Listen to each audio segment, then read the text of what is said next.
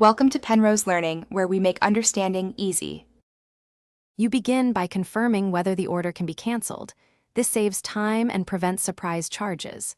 Sign in with your Apple ID on Apple. Or open the Apple Store app, then go straight to Orders. Once there, check the order status. If it shows preparing to ship or processing, cancellation is usually possible. Make sure you have the order number, the payment method used, and shipping details ready. This information speeds verification and reduces back and forth with support. Once you've confirmed cancelability, open the specific order and tap Cancel Items or Cancel Order. That triggers Apple's cancellation workflow. Select the items you want to cancel, pick a reason if prompted, and then confirm the cancellation. Apple will process it and send an email receipt. If the cancel option isn't shown, escalate immediately.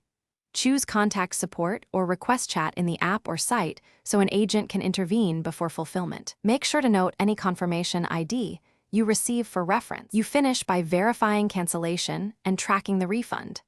Apple sends a cancellation confirmation email. Read it and note the estimated refund timing.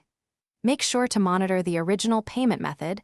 Domestic refunds commonly post in 3-7 business days, while international payments may take longer.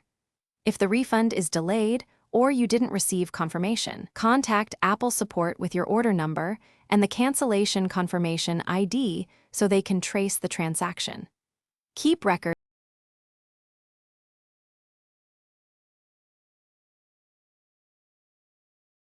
Thanks for watching. If this was helpful, leave a like and consider subscribing. See you next time.